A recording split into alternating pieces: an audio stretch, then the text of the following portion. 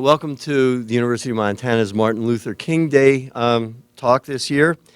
As you probably are aware, the university celebrates Martin Luther King Day late, which is okay because the whole country doesn't celebrate it on his birthday. Believe it or not, King wasn't actually born on a Monday every year. He was born on the 15th. We just celebrate it on a Monday. And since students aren't here in the middle of January, we usually wait till the students get back to mark the occasion at the University of Montana. I want, first of all, to thank the President's Office, which sponsored this, and in particular Rebecca Power, who did yeoman work bringing about this year's talk. And this year we are, I think, very lucky to have as our speaker Ralph Luker, who's been an activist as well as a talented and accomplished historian.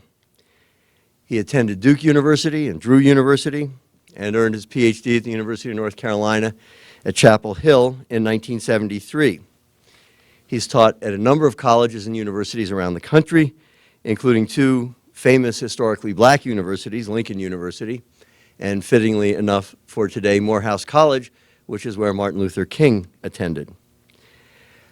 Ralph was also associate editor of the Martin Luther King Papers, and this, I think, makes him a particularly appropriate choice to address us today. And currently, he's editing Vernon Johns' papers. And I want to take a minute and explain to people who Vernon Johns was, because I think everybody knows who King was, but relatively few people know who Vernon Johns was. But he was also a significant and distinguished black minister and activist. He was King's predecessor at the Dexter Avenue Baptist Church in Montgomery, and he was one of the driving forces behind Briggs versus Elliott, the case that challenged segregation in Clarendon County, South Carolina, and became one of the 5 cases known collectively as Brown versus Board of Education. Ralph Luker has published a number of books: A Southern Tradition in Theology and Social Criticism, The Social Gospel in Black and White, and he edited and wrote a foreword to the memoirs of Mary White Ovington, who was one of the founders of the NAACP.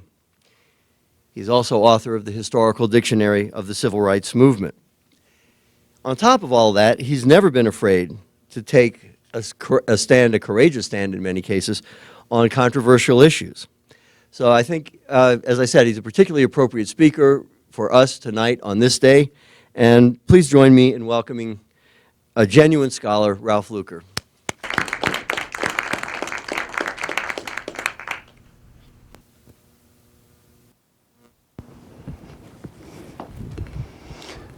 Thanks very much, Mike. I appreciate the hospitality that you've shown to me in the day that I've been here. This is my first visit to Montana, so I've enjoyed all of it and expect to continue to enjoy it for the rest of the visit. I want to tell you, in my talk this evening, I want to tell you 3 stories. These 3 stories largely shape the point to which I've come in my professional work. The first begins when I was an undergraduate at Duke University in the early 1960s. I became active in the civil rights movement there. And I expected there to go on to seminary and be ordained as a United Methodist clergyman. But I got involved in the movement and was arrested, not once, but several times in Durham. So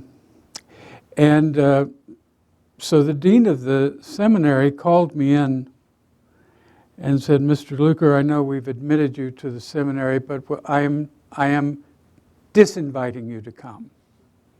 So I was expelled from Duke's seminary before I was formally admitted to Duke's seminary. Come in. And I went from Durham, North Carolina to Drew University in Madison, New Jersey. And there I got what I think is a better theological education than I would have at Duke. Along the way at Drew, I ran into a really remarkable character, a man by the name of Will Herberg, who I have come to think of as my Rebbe, my rabbi, my teacher. Will had been a Marxist in the 1930s, a leading theoretician of a Marxist splinter group called the Lovestonites. And I don't know the internal dynamics of Marxist cliques well enough to tell you exactly what it meant to be a Lovestonite, but they were quite clear about it. And Will could have told you more clearly than anybody else in the country what it was to be a Lovestonite.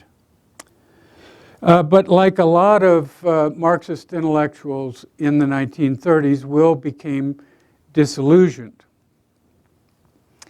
And he went to his friend Reinhold Niebuhr, who was a famous Protestant theologian at Union Seminary in New York, and said, I think I'd like to become a Christian.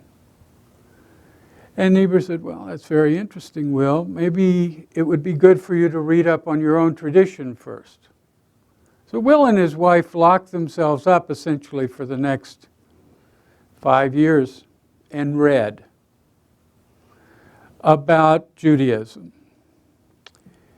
And they came out of that experience, and Will went back to Niebuhr and said, I think I'm a Jew. By the time I knew him, Will had moved pretty far to the right, so he moved all across the ideological spectrum.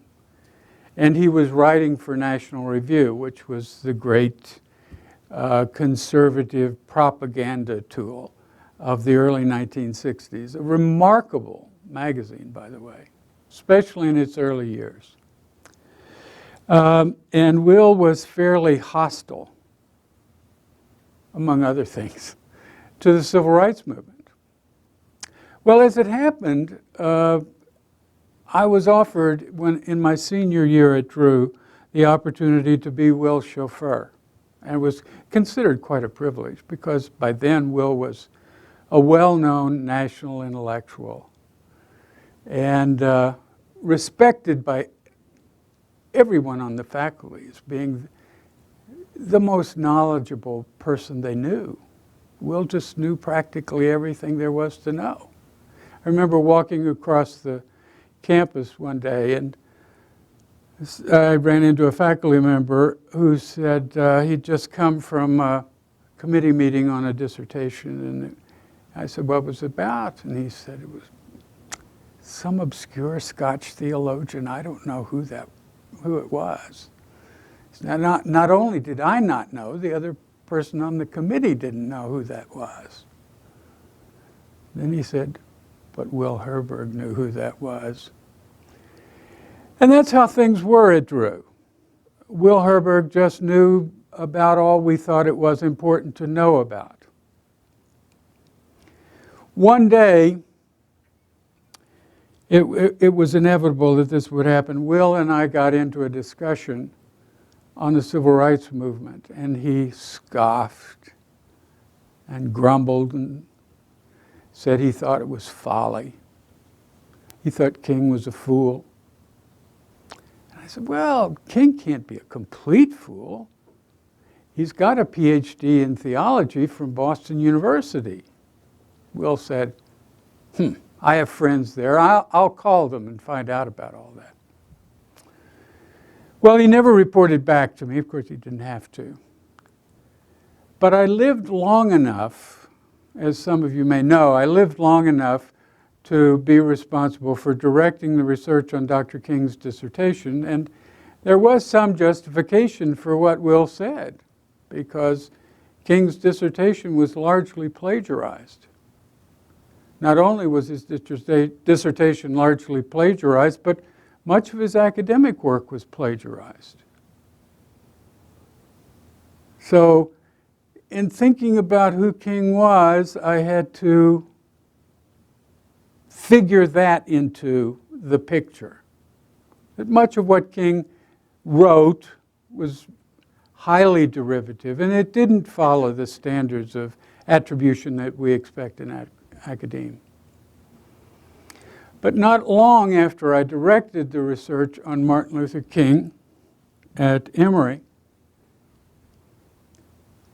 Will Herberg died, and the friends around him thought, you know, not everything was right.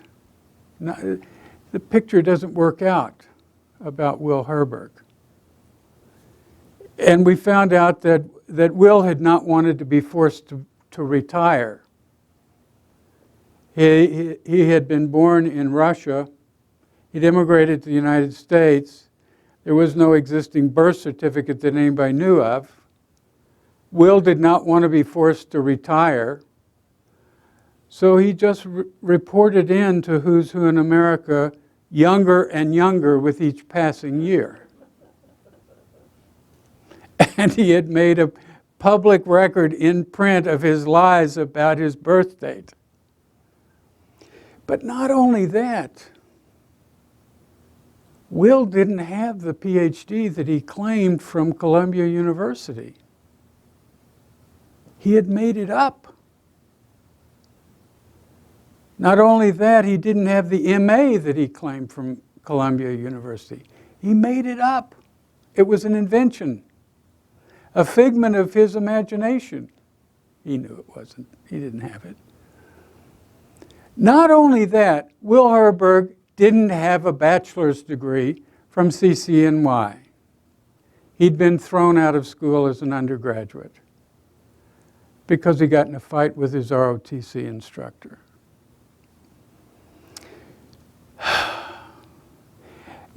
That was also difficult for me to absorb, that my teacher had made it all up, that he was in some sense a grand fraud. He still knew more than anybody else I knew.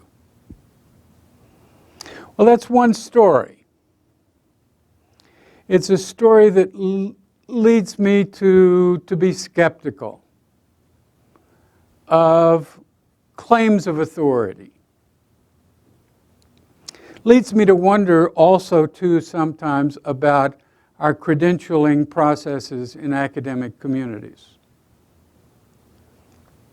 I wonder if Drew would have had the courage to hire Will Herberg if it had known that he had no academic degrees. If he stood simply on the merits of what he knew and what he could teach students. That's one of the stories I want you to keep in mind tonight as we think about King and Vernon Johns. I did sometimes wonder if I had known that Will had made up all of his credentials when he was challenging me about Martin Luther King and the Civil Rights Movement. Would I have embarrassed him with fraudulent claims of his own? I don't think I'd have had the courage to do that. About the time that the story about Will Herberg came out, I read Taylor Branch's remarkable first volume of his trilogy about Martin Luther King. It's Parting the Waters. The opening chapter in that book is it's a biography, essentially, of Martin Luther King and a history of the Civil Rights Movement. The first chapter in the first volume of that trilogy is about Vernon Johns, the man on whom I'm working these days.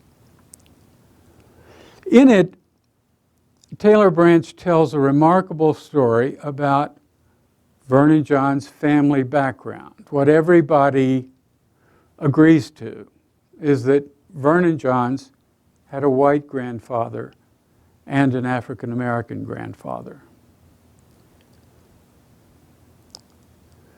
The family agreed to the fact that the white grandfather was not a nice guy. And there, the agreement largely ends. And that's essentially the story about Vernon Johns' family background that Taylor Branch told.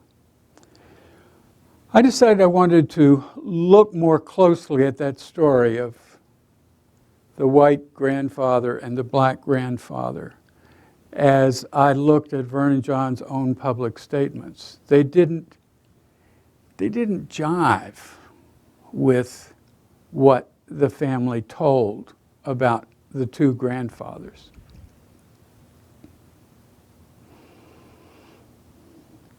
Eventually, what I learned is that the African-American grandfather was a hard-working African-American field hand who worked hard to take care of his family into the 20th century.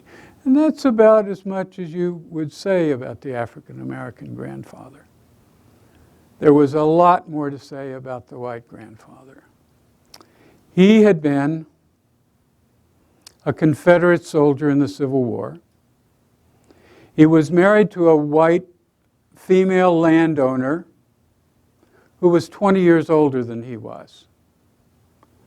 They had no children. When he returned from the Civil War, this white grandfather established a relationship with his oldest female slave. And in doing so, he drove off her black lover and their children, drove them away from the farm. She gave birth to a number of his children. And then in the 1870s, there were rumors in the community that she and her African-American paramour had reunited and conceived a child. The story in the community in rural Prince Edward County, Virginia, is that this white grandfather, in an alcoholic rage, murdered his black paramour by violating her with a stick, and she bled to death.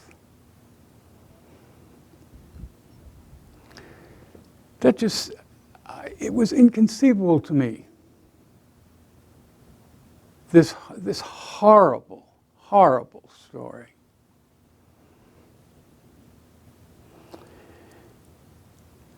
He was not charged with any crime in murdering the mother of his children. 20 years later, he was accused of murder when he murdered a white male field hand. And when Vernon Johns was 6 years old, he saw his grandfather sentenced to hang for the death of a white field hand. Now, Vernon Johns never said a word publicly about his white grandfather. And in retrospect, I think I understand why. I don't know how you come to terms with the fact that your grandfather, a man who's a part of your own flesh and blood, murdered your grandmother in such a horrible way, and that there was no public condemnation of the act. I don't know how you would come to terms with that. But Vernon Johns, like Martin Luther King, had a dream. And his dream was that he had truly grandfathers. Grandfathers in whom he could take some pride. And the few descriptions he gives us of his black grandfather was that he was a Nat Turner-like figure, not just a common, ordinary workman who took care of his family through the weeks and months. And his white grandfather, in his heart of hearts, Vernon Johns, wanted to be a John Brown, a man who was also sentenced to die. This was all a part of his conviction that the one thing all of us have in common is that we are bound to die. It is the one thing we all share in common. It is our final destiny. And the crucial issue is, how will you use your death? Will it be just something that happens to you? Or will you use your dying to help to free other people?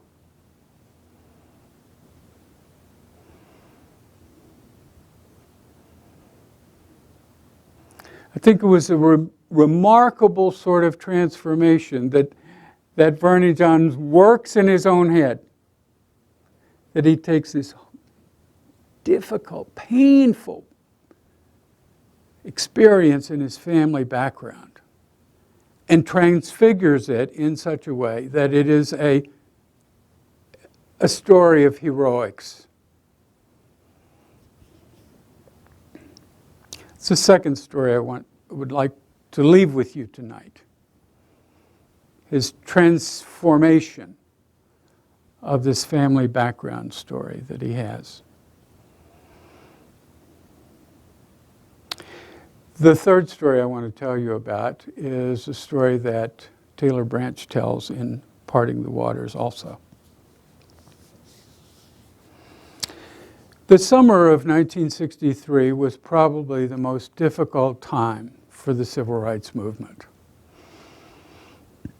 Those of you who know about the movement know that in the spring of 1963, Dr. King was in the midst of massive demonstrations in Birmingham, Alabama, which was really the citadel of racial segregation at the time. Probably the most difficult city in the whole of the South.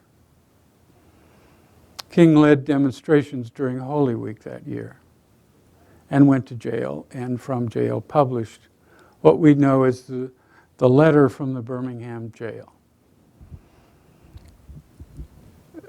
Subsequently, there were massive demonstrations in other parts of the South, in Savannah, huge demonstrations which would have captured national headlines had not Birmingham preempted them.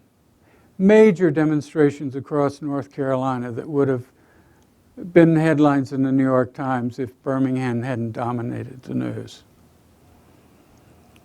People like Fannie Lou Hamer. Fannie Lou Hamer was arrested in Winona, Mississippi that summer and was beaten. The field secretary for the NAACP in Mississippi was murdered in Jackson that summer. And the summer came to a kind of positive crescendo when Martin Luther King led the Civil Rights March on Washington in August of 1963. And there he gave this speech by which most of us remember him, the I Have a Dream speech. It was a speech he'd given earlier and elsewhere, but it's best remembered by us in the form that he gave it in August of 1963. Now, all of these events were draining on his energies and his emotions. But 3 weeks after the March on Washington, in mid-September of 1963, bombs again went off in Birmingham, Alabama, and 4 little girls, Sunday school girls, were killed. And Martin Luther King was asked to preach the sermon.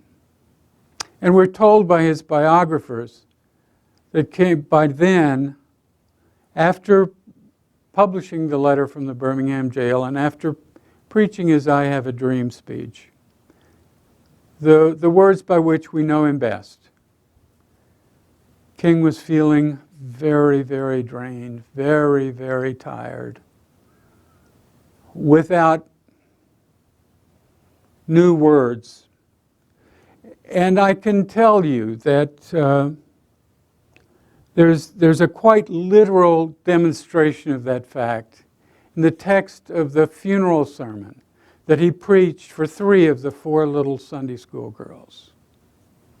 He was asked to preach their funeral, and he took an old sermon from the funeral of an earlier civil rights martyr, and he scratched out that man's name, and he wrote in the names of the 3 little Sunday school girls. He just did not have fresh words. He was too tired, too drained of language. So Martin Luther King turned to his sophisticated attorney from Chicago, a man by the name of Chauncey Eskridge. Chauncey Eskridge was always dressed to the nines, always a smooth talker. And King said, Chauncey, I want you to go up to Petersburg, Virginia, and ask anybody on the streets where you could find Vernon Johns.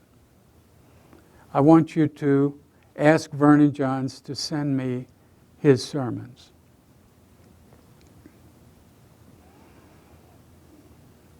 That fits with a lot that we know about Martin Luther King. A lot of preaching, not just black preaching. A lot of preaching is highly derivative. And there's not much hesitation about using other people's words, especially if you think you've run dry. By now, however, by October of 1963, my friend Vernon Johns, who had figured up this story about his grandfathers, had become a little bit like his white grandfather. He'd become an alcoholic. That's what happened to his white grandfather. He would get in an alcoholic rage. Vernon Johns he didn't beat his family members, but he had become an alcoholic. He was running a vegetable stand in Petersburg. Chauncey Eskridge found him there in Petersburg. And he said, Dr. King sent me to find you. He wants you to send him your sermon notes.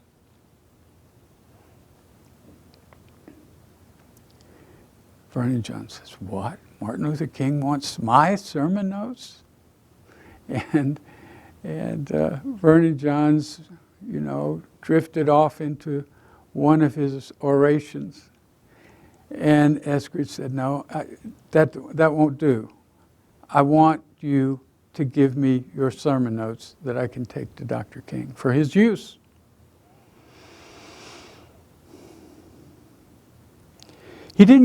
Eskridge didn't get those sermon notes, and he returned to Atlanta disappointed. And 18 months later, Vernon Johns died in a Freedmen's Hospital in Washington, D.C. And King turned to Chauncey Eskridge and said, did he ever send you the sermon notes?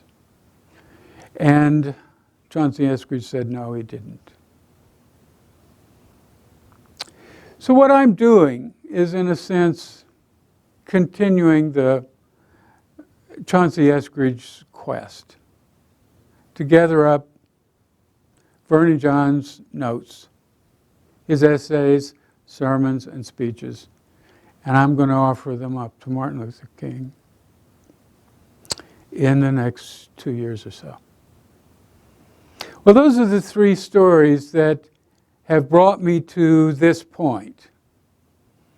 The story about Will Herberg, my teacher, who had to present himself as a sort of fraud in order to win acceptance in the academic community. And Vernon Johns, who in his own mind came to believe that he could have grandfathers. And Martin Luther King, who ran dry and asked Vernon Johns for help. Those are the three stories I wanted to bring to you tonight, and perhaps they raise some questions in your mind about all of that. Okay? Anyone? Any questions? How did Martin Luther King hear of Vernon Johns? Oh, I suppose I should have explained that. Vernon Johns was Martin Luther King's predecessor at Dexter Avenue Baptist Church in Montgomery. And Vernon Johns got run out of a lot of jobs. And by the time he got run out of Dexter Avenue, he was able to say, "I've been run out of better places, thank you." And he left. But he was sort of a grand mythical figure in the world of SCLC. He was a good friend of Ralph Abernathy's. It was a close circle of Afro-Baptist preachers that they moved in. And King and Abernathy and Wyatt Walker could entertain each other for long periods of time telling Vernon Johns stories. Yeah. He's kind of a mythical figure in their circle. Anybody else? Yes, sir. King would have gotten John's notes, how would that have changed King's message? That I think is a very interesting question, and I'm not sure that I know the answer to it. One answer that I know of is that Vernon Johns was not committed to nonviolence. And that his refusal to be committed to nonviolence is very closely to his idea about death and using our own death to benefit other people. There were a number of people who, in the civil rights movement, who were not committed to nonviolence. I think, in retrospect, we're very, very fortunate that King and some others who led the movement were committed to nonviolence, because the transition that we went through in the mid-'60s could have been much more difficult than it was if there hadn't been this rhetorical commitment to nonviolence. You can make too much of that.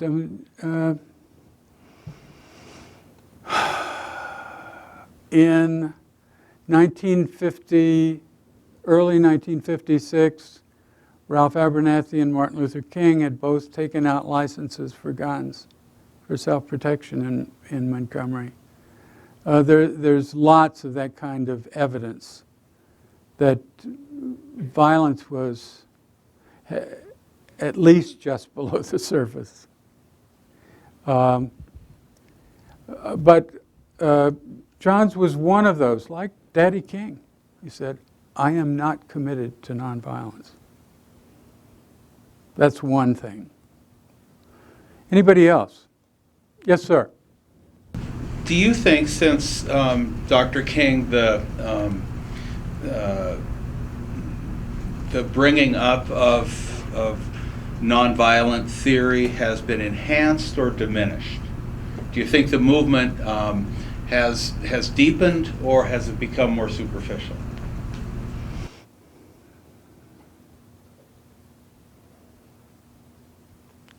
I'm not sure.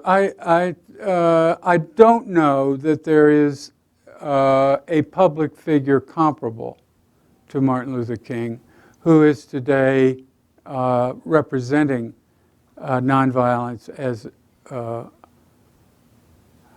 the kind of life's commitment that he represented it.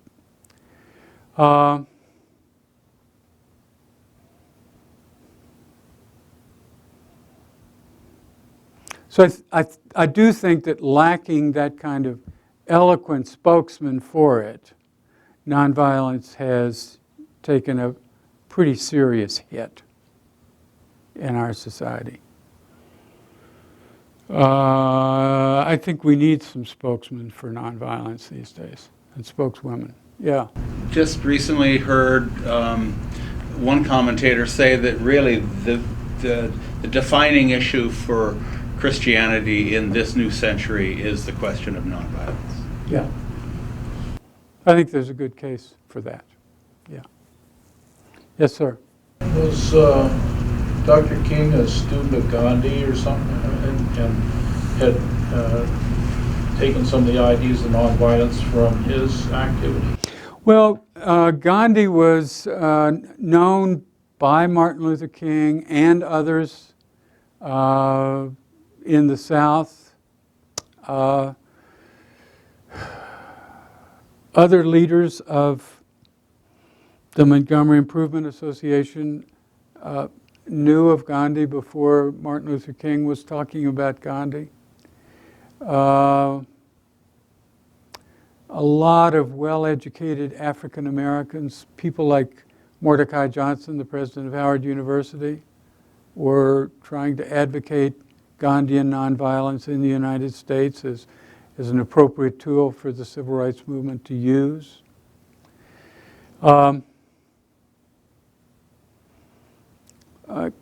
King had not yet thoroughly committed to Gandhian nonviolence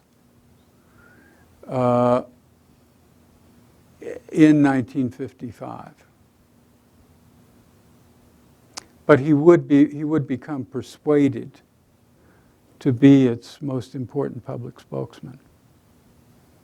Yes, sir. You tell us a story of clay feet.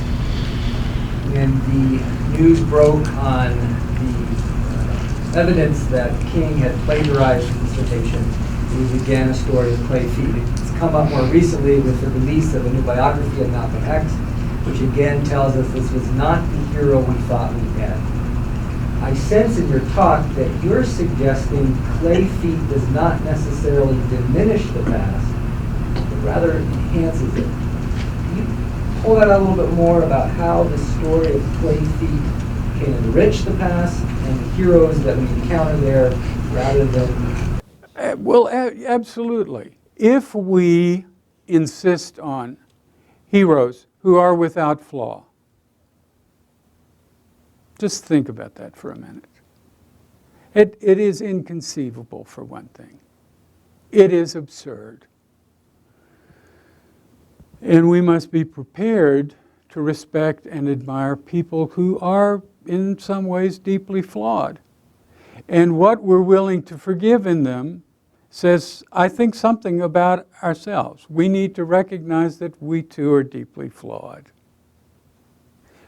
And I recognize that when I say, even now, even when I know that the greatest teacher I ever had was in some sense a fraud, and I laugh and I chuckle to myself and think, what would have happened if on that day that Will Herberg was pressing me about Martin Luther King and the civil rights movement? What if I could have known to say, Will, you old fraud, you, come on. Well, I wouldn't have said that. I had too much respect for him. It's true, and there's no point in my denying it. I don't magnify Will's reputation by lying about him. He is, in some sense, still one of my heroes. And Vernon Johns, for all his illusions about having grandfathers, is still in some sense one of my heroes. And Martin Luther King, for all of his flaws, and there were many, is still in a very significant sense one of my heroes. And part of the reason they can be is I know that these feet are made of clay. Anybody else?